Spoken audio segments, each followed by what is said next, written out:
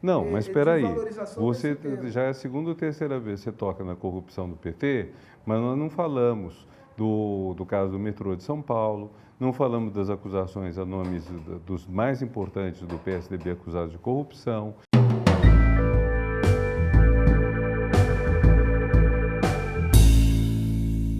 Bom, meu nome é Renato Janine Ribeiro, sou professor de filosofia na USP, atualmente professor visitante na Unifesp. Fui diretor de avaliação da CAPES, fui ministro da Educação no governo Dilma Rousseff. Me coloco entre o centro-esquerda e a esquerda. Eu sou o Sérgio Fausto, sou cientista político, superintendente da Fundação Fernando Henrique Cardoso. Estive no governo, não no governo Lula ou Dilma, no governo Fernando Henrique Cardoso, por 7 anos, em diversos ministérios, e me situo no espectro político, acho que mais ao centro do que o Renato. Que a gente faz o programa com 2 canecas. Por que a gente está com uma só?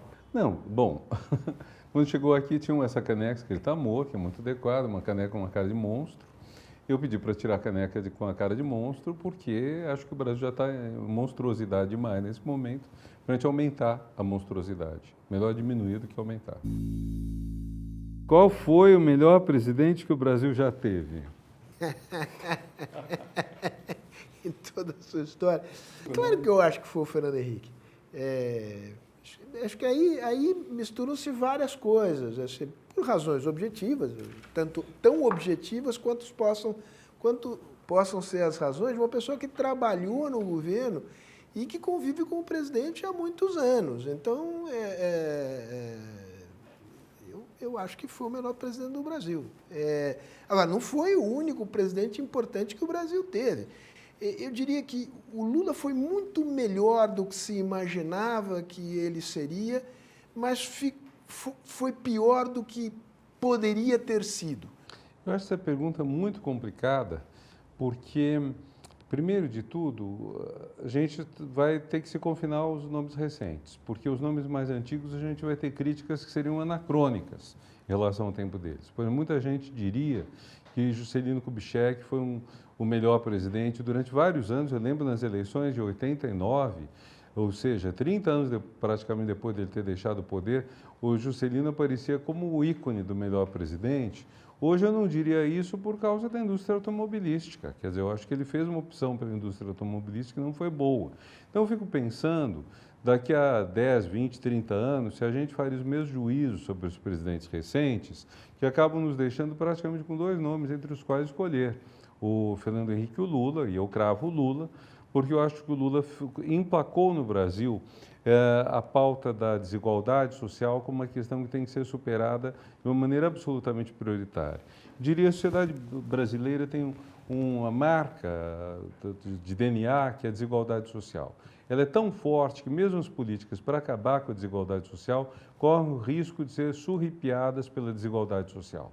Então, você adota, por exemplo, uma política de inclusão dos excluídos. E aí aparecem uns loiros dizendo que são negros e que querem estar nas cotas, o que a gente já viu acontecer. Eu acho que o Lula teve um papel notável, que é pena que tenha sido destruído pelos governos recentes e pela propaganda intensa da mídia, que é esse papel de colocar a inclusão social como uma questão fundamental. Eu não nego o papel do Itamar e de vários personagens do governo Fernando Henrique nisso. Eu acho que o partido Lula, esse assunto se tornou crucial.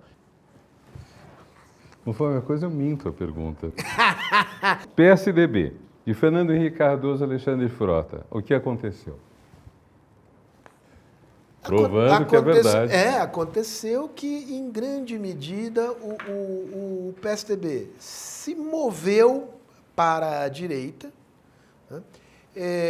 Isso, em parte, resultou da própria dinâmica política. O PT foi muito competente em ocupar o espectro do centro para a esquerda, e isso quase que geometricamente desloca o PSDB para o PT, mas, digamos, esse deslocamento foi internalizado no partido, na medida em que a velha guarda partidária foi sendo substituída por quadros que eram quadros que tinham menor densidade programática, buscavam se adaptar mais, digamos, aos sinais do mercado político, e o mercado político passou a apontar o fato de que havia um vazio a ocupar do centro para a direita, e o PSDB foi se acomodando nesse espaço. Não se trata de fazer um ataque pessoal ao Alexandre Frota, né? A trajetória dele, não tem nenhum preconceito contra atores pornôs que eventualmente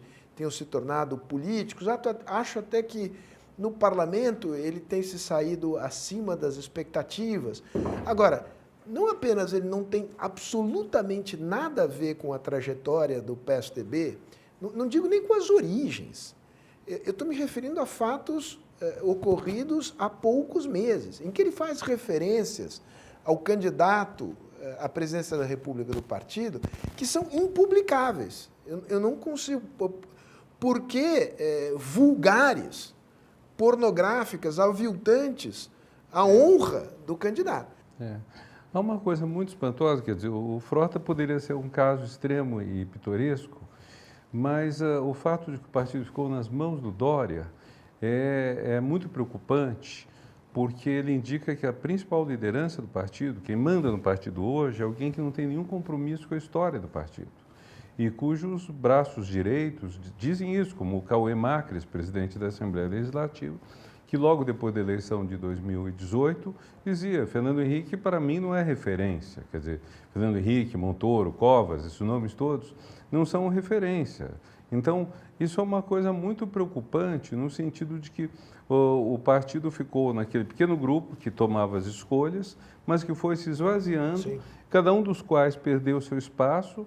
Houve essa promoção de alguém que veio totalmente de fora, o Dória, e eu acho que isso tem, vamos dizer, se a gente for fazer um paralelo com o PT, o paralelo com o PT é que não foi capaz, em 40 anos, de gerar uma liderança que substitua o Lula com o mesmo vigor que o Lula tem. Renato, o que fazer para enfrentar o governo Bolsonaro?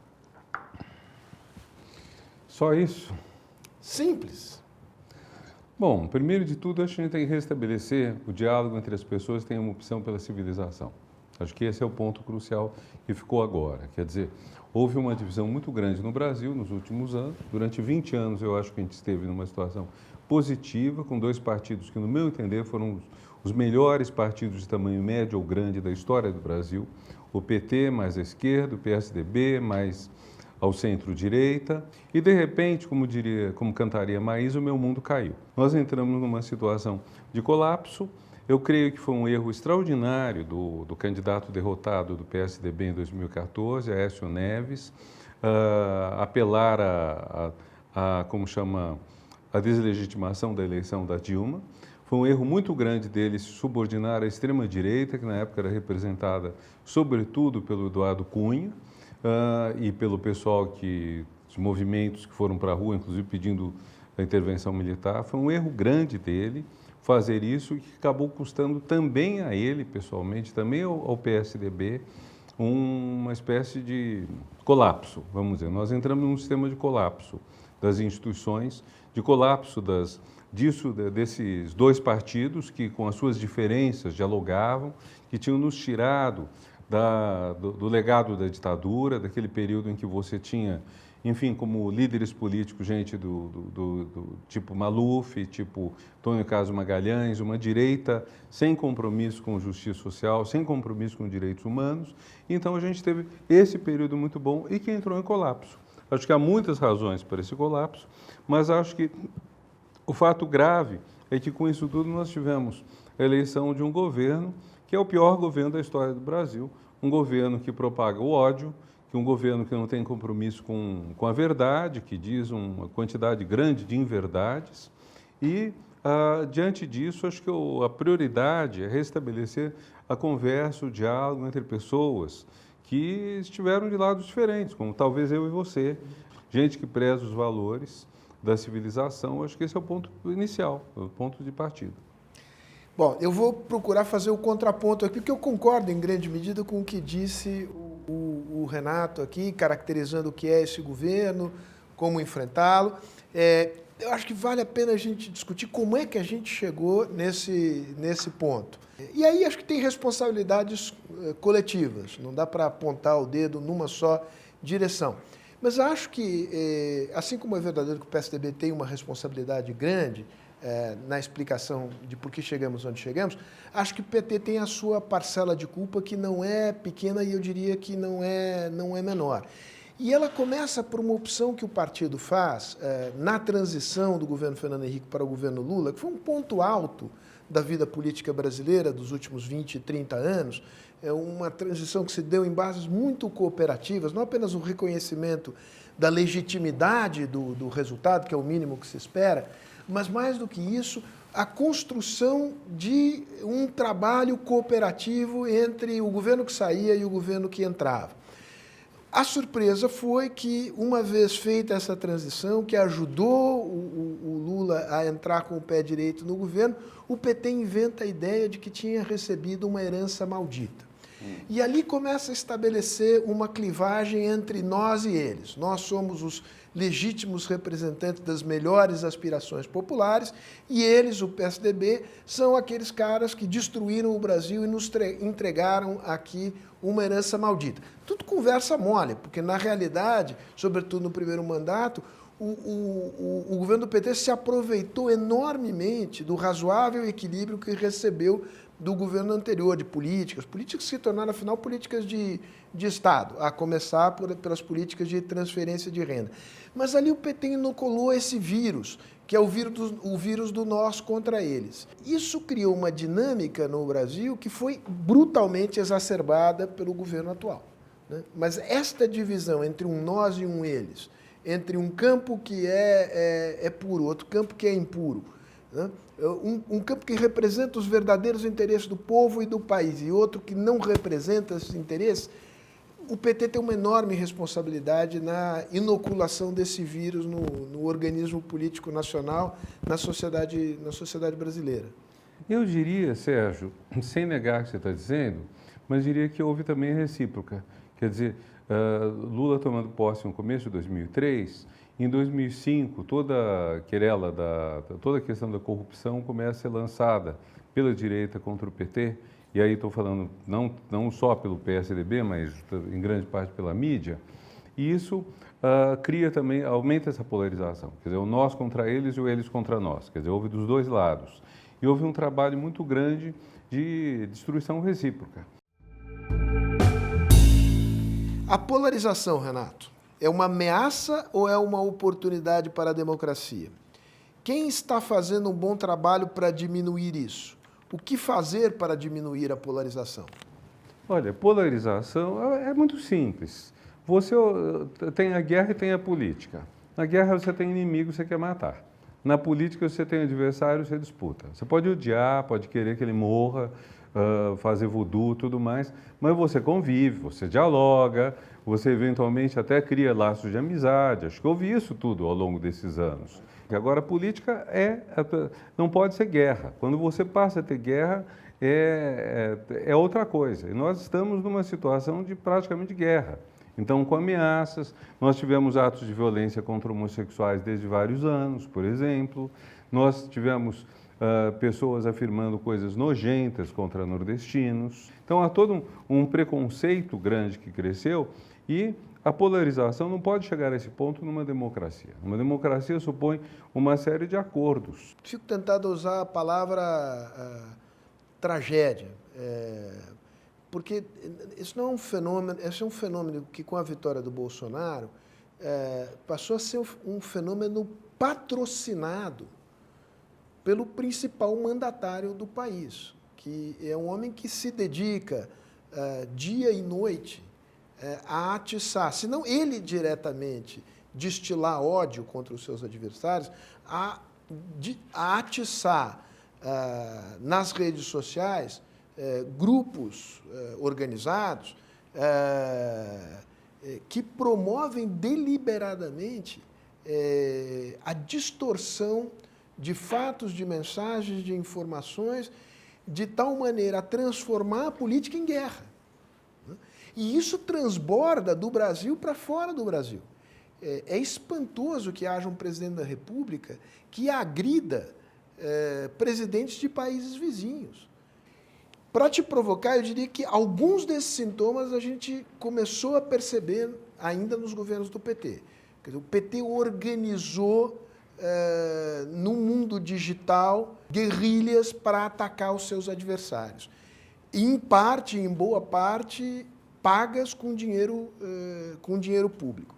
O PT também inaugurou o mau hábito de interferir nas eleições de países vizinhos. O Lula foi à Bolívia, vestiu o boné do Evo Morales, subiu no palanque do Evo Morales, confundindo o que são relações entre estados, que são relações permanentes, que independem de quem estiver no poder, com relações de eventual afinidade político-partidária. Eu não vejo bem assim. Em primeiro lugar, eu acho que o PT é o verdadeiro Partido Social-Democrata no Brasil. O PSDB foi perdendo, hoje é apenas um nome, social-democracia, porque não tem mais esse comprometimento com, como o Dória muito bem simboliza. A Gleisi também não é propriamente eles. uma representante do pensamento social-democrata. O PSDB hoje é um partido de direita? Não, um partido de direita o PSDB não é. Eu acho que o PSDB hoje, o problema do PSDB é um partido com pouca expressão. Não é apenas que o partido é pequeno no parlamento, em particular na Câmara. É o fato de que o partido não tem lideranças capazes de exprimir um rumo, uma visão sobre o país. Seria bom, não o PSDB, mas que houvesse um partido de direita consistente, programático, de uma direita liberal, de uma direita comprometida com justiça social, de uma direita que tivesse compromisso com os direitos humanos. Um dos problemas do Brasil é que este é um espaço vazio. A direita que chegou ao poder no nosso país é uma direita autoritária e, em boa medida, retrógrada. Mas, Sérgio, tem um problema fora do Brasil, só no Brasil, que dizem que temos uma direita no governo. Fora do Brasil, todo mundo chama o governo brasileiro de extrema-direita. E fora do Brasil, não há problema em dizer que um partido é de direita, quando um partido é exatamente digno. Uma Angela Merkel, por exemplo, que não tem o menor problema de se dizer de direita, ela está à esquerda do PSDB brasileiro. Quer dizer, PSDB brasileiro que tem vergonha de se dizer de direita, que vai dizer que é centro, quando muito centro-direita, ele está mais à direita do que a Angela Merkel, que é uma pessoa comprometida com direitos humanos, com políticas sociais, com o estado de bem-estar social, que, enfim, tem suas diferenças com o SPD, é claro, mas não vai acabar com todas as políticas. Agora, o fenômeno particular do Brasil que é grave é a extrema-direita. E como diz muito bem o Bobbio, o ponto da extrema é que a extrema é contra a liberdade. O Brasil é sempre muito menos nítido politicamente do que é a Europa. Então, sempre quando a gente procura espelhar a situação brasileira, ou procura compreendê-la a partir dos parâmetros europeus, a gente, em grande medida, deixa mais coisa de fora sem entender do que coisa dentro que a gente consegue compreender. O próprio governo, é evidente que esse governo é um governo, por ser presidido por um homem que é claramente um homem de extrema-direita, ele tem essa marca. Mas o governo, no seu conjunto, tem setores que não são setores de extrema-direita e estão presentes no governo. Eu não diria que as Forças Armadas representam a extrema-direita no Brasil. Isso não significa que eu esteja aqui subscrevendo o papel que os militares da reserva hoje têm no governo federal. Na própria base de sustentação do governo, o líder do governo no Senado, o senador Fernando Bezerra, foi ministro dos governos do PT. Então, o Brasil é mais bagunçado do que os padrões europeus nos parecem permitir. Mais oportunista também, né, Sérgio? É mais oportunista, mas é o que é. Então, eu acho que essas categorias, esquerda, direita e tal, no Brasil, é sempre bom tomar com uma certa pitada de sal. Ainda faz sentido falar em direita e esquerda? Faz plenamente. Penso que há certas escolhas básicas que não quer dizer que sejam decentes ou indecentes. A gente tem preferências, tem valores. Mas eu penso que, do ponto de vista da direita, você tem uma política que crê mais no capital, crê mais no mercado, acredita mais na competição, acho que é um ponto importante, e do ponto de vista da esquerda, você tem uma política que acredita mais na regulação social, que considera que o voto é um fator muito importante de equilíbrio à desigualdade introduzida pelo mercado e que considera a cooperação, a colaboração importantes. Eu diria muito simplificadamente que essas são duas linhas diferentes, entre as quais você pode ter muitas combinações. Mas eu acho que uma direita democrática seria inteiramente viável se ela fosse efetivamente liberal, isto é, se em vez de chamar de liberalismo tirar Estado, ela chamasse de liberalismo dar oportunidade às pessoas. Quer dizer, a igualdade no ponto de partida, isso é liberalismo, é direita democrática. Igualdade no ponto de chegada, isso se você quiser, socialismo esquerda. Quer dizer, por mais que seja a diferença de competência, de dedicação das pessoas, não criar uma desigualdade muito grande no ponto de chegada. Considerar que, no fim das contas, é mais positivo uma sociedade sem grandes desigualdades do que uma sociedade desigual. Acho que são conceitos que fazem todo sentido. Você sabe o que eu acho disso? Eu concordo integralmente com o que você disse. Opa, esse é para mim. Qual a responsabilidade do PSDB pelo bolsonarismo? Janine, deve ser eu. Qual a responsabilidade do PT pelo bolsonarismo? Vamos lá. Eu acho que a responsabilidade do PSDB pelo bolsonarismo foi não ter compreendido que havia forças da direita, da extrema-direita, que começavam a emergir no Brasil e que estavam, digamos, como que disfarçadas ali num campo antipetista, que parecia dominado por setores democráticos, entre os quais o do PSDB, mas que levava energia política para setores que eram claramente antidemocráticos. E desse ponto de vista, o impeachment da Dilma, que eu não reputo tenha sido um golpe, ele se deu dentro dos marcos legais, mas ele teve uma consequência política importante de reforçar a extrema-direita. Mais do que isso, o fato de que o PSDB, falando em português claro, se meteu em corrupção, deslegitimou o partido. E o partido foi comido pela direita. É verdade, como você já disse, que na medida que o PT foi conquistando frações do centro, outras frações, o PSDB perdeu um mercado, um público mais progressista e foi caminhando para a direita, o que veio junto também com o vazio de novas lideranças, ou o surgimento de lideranças mais conservadoras, etc. No caso do PT, a responsabilidade pelo bolsonarismo, se é que ele tem, está ligada ao fato de que no ano passado o PT e o Ciro não chegaram a um acordo. Eu acho que é uma culpa que os dois partilham, deixando claro, eu não acredito que desse para o Ciro ir para o segundo turno, porque a diferença de votos entre ele e o Haddad foi tão brutal, foi tão grande, que é difícil. 2 turnos são um sistema bom para evitar o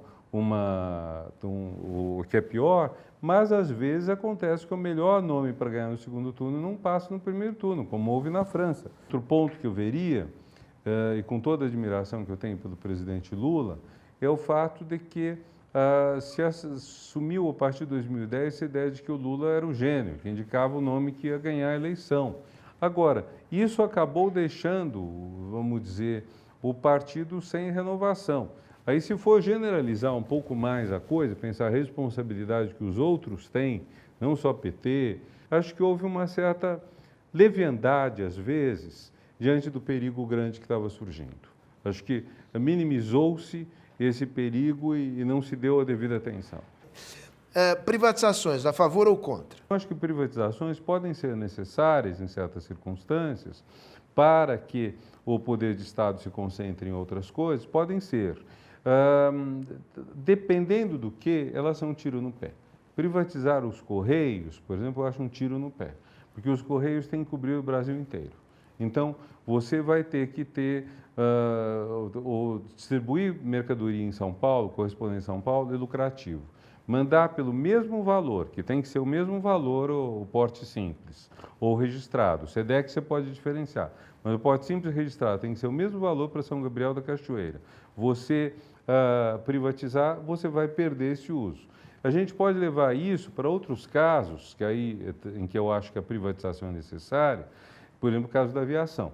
Nós temos uma aviação que hoje serve muito mal os recantos mais afastados do país. E aí, mesmo que seja privatizado, você tem que ter uma regulação estatal. Você tem que ter um tipo de coisa. Dado que você está tendo os voos lucrativos São Paulo-Rio, você vai fazer um voo econômico para Cascavel, para Araçatuba, para... Que a filé tem que morder o osso também. É isso, é isso. Eu acho esse o ponto. E há critérios diferentes. Por exemplo, o PT privatizou as estradas federais pelo critério do menor pedágio pago pelo cidadão. O PSDB privatizou os estaduais pelo maior dinheiro pago ao Estado.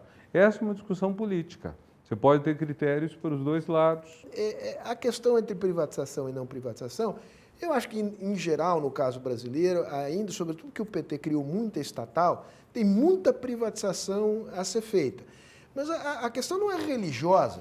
A questão é saber, vai privatizar, qual é a modelagem da privatização, essa privatização vai produzir maior competição? Se não vai produzir maior competição, que mecanismos de regulação do Estado permitirão uma competição razoável que favoreça, permitindo um retorno do investimento, favoreça o consumidor? Inclusive, é um ponto importante, tudo isso que você falou, quer dizer, além do lado cidadão, do lado dos direitos humanos, da pessoa poder se locomover, etc., no lado econômico mesmo, quer dizer, você é ruim da economia das cidades.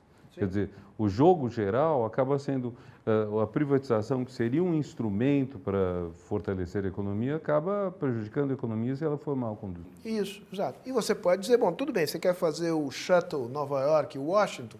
Tudo bem, eu te dou a concessão, você pode fazer esse trecho aqui, eu te dou não sei quantos slots no Kennedy, no Reagan ou no Dulles, não sei o quê. Agora, você vai ter que ir ali para os fundos de West Virginia, né? Você tem que ir para lá. Vamos ver quantas tem ainda. Vai tirando de duas em duas que a gente acelera. Os estudantes ricos devem pagar a universidade pública? Eu acho que devem, acho que é um critério de razoável, de justiça social. Não acho que seja a panaceia que alguns imaginam ser. Mesmo no caso americano, sobretudo em universidades que têm docência e pesquisa, grande parte da pesquisa, sobretudo da pesquisa básica, é financiada com recursos públicos. Então tem... é isso. Sou a favor, por um critério de justiça social, alguma contribuição ao financiamento da universidade dá, pode aumentar o número de bolsas para quem precisa de bolsa, mas sem a expectativa de que você possa financiar pesquisa básica à base das mensalidades pagas, que não é assim em lugar nenhum do mundo.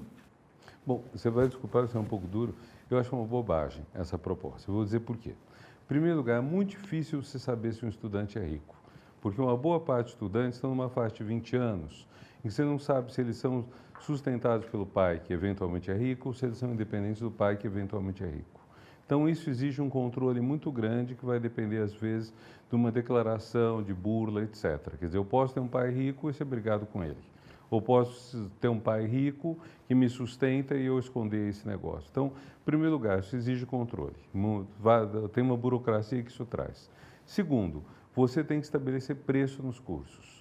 Dependendo do curso, do preço que você estabelece, também tem uma burocracia para estabelecer, até porque certos cursos, dependendo do preço que você estabelecer, você não vai ter aluno. Então, você não pode estabelecer um preço alto. Então, o preço não necessariamente tem a ver com custo. Do ponto de vista prático, isso onera também o sistema administrativo da universidade. Terceiro ponto, eu acho que o correto é você ter alíquota, mexer no imposto de renda. Eu acho que deveria cobrar do imposto de renda Não educação, acho que em geral, nós temos um sistema tributário injusto, que tem uma tarifa, uma alíquota máxima de 27,5%. Nós tínhamos que criar uma alíquota mais elevada para rendas mais elevadas, não só para a educação, para as despesas e investimentos necessários da sociedade. Você pode até carimbar, se quiser, carimbar, esse acréscimo vai para educação, saúde, moradia subsidiada, essas coisas. E aí, quem for rico e fizer a universidade, está tendo uma coisa em troca. E o último argumento é o seguinte: educação é uma coisa que traz tanta coisa benéfica para o indivíduo e para a sociedade, que é muito importante você fornecer o máximo possível. Então, por todas as razões, eu acho que é uma falsa questão, uma questão que é inadequada. Sugira um filme um para o outro. Armas na Mesa, você viu? Não. É um filme muito interessante, me foge agora o nome do ator e tudo mais, é um filme de uns anos atrás. É uma moça que é lobista no Congresso americano e ela é convidada a fazer campanha em favor do livre porte de armas e ela decide fazer uma campanha para regular mais o porte de armas. E é fantástico porque a causa é super nobre, agora é uma mulher que diz: eu só entro para vencer. Então ela articula tudo para vencer. Assim, nesse sentido, a questão dos fins justificam os meios, os escrúpulos, etc. Eu acho que é um desses filmes básicos para entender política, porque eu acho que há uma confusão extraordinária na questão da chamada ética na política e que coloca sempre em questão quais meios são justos, quais meios são inadequados. Eu acho um tremendo filme, é um filme recente. Você me faz lembrar o filme sobre o Lincoln, né? Do Spielberg.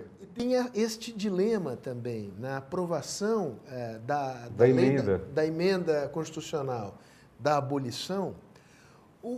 A causa mais nobre do que essa não pode haver. Qual é o limite ético entre a coação, a chantagem, o suborno em nome da causa maior? Eu diria com toda franqueza que é muito fácil, sentado aqui, ambos chegarmos à conclusão que só vale jogar da maneira a mais elegante e honesta possível.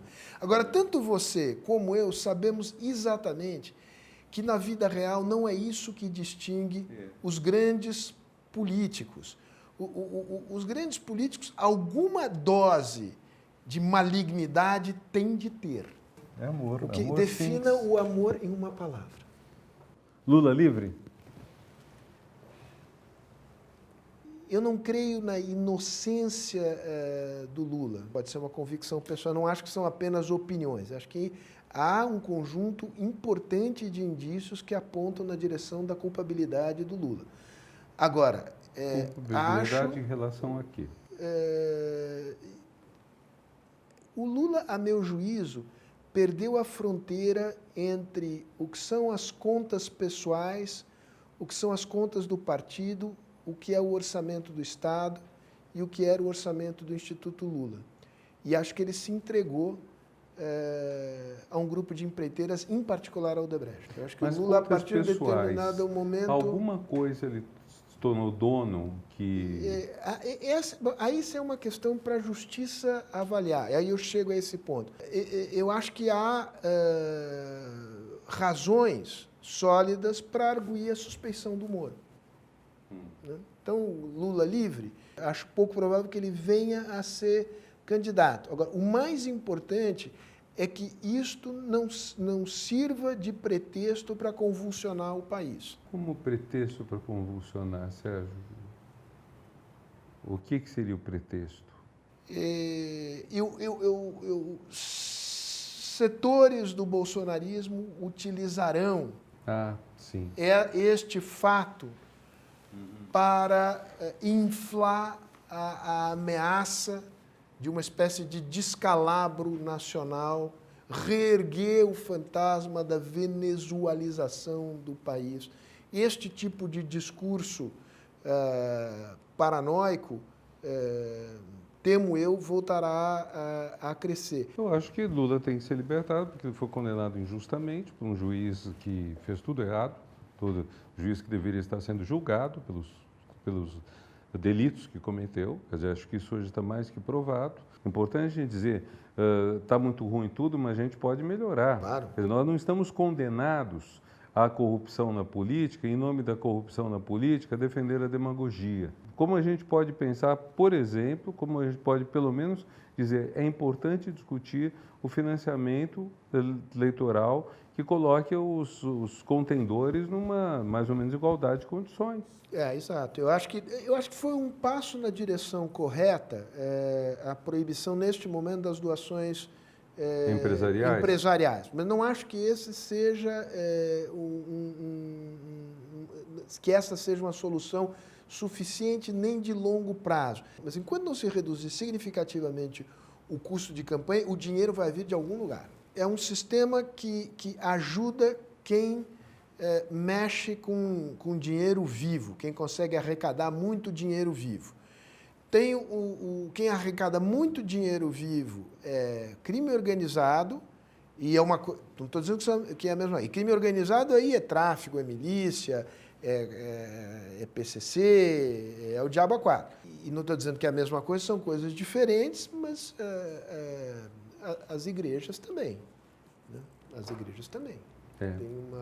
Então desequilibra o jogo eleitoral também. A solução que foi dada agora é um arremedo, mas não acho que seja a melhor e a definitiva solução para o problema. Olha, eu acho que o caso nosso não é dos mais representativos, porque a gente se gosta muito. E a gente tem uma convergência grande de ideias, e tenho certeza que se dependesse de nós dois, o Brasil não estaria nessa crise, a gente teria caminhado para soluções políticas respeitosas. Por outro lado, eu acho que o fato de eu e Sérgio termos divergências sobre, por exemplo, vários pontos dos quais foram expostos, mostra que dá para você ter divergências, manter diálogo. Não é, então, ficar pensando só no passado. É qual o projeto de futuro que a gente tem. A nossa energia tem que estar voltada como é que a gente vai reconstruir mais amplamente, não eu e o Renato, porque, digamos, nós nunca perdemos isso. Reconstruir laços de confiança entre um conjunto muito amplo de pessoas, mais à direita, mais à esquerda, mas que se distinguem fundamentalmente disso que está aí, que tem amor à democracia, amor à liberdade e amor aos direitos humanos. Né? Acho que, desse ponto de vista, foi bom você tirar aquela carinha feia, aquela caneca ali, porque aquela caneca não nos representa. Não nos representa. Né?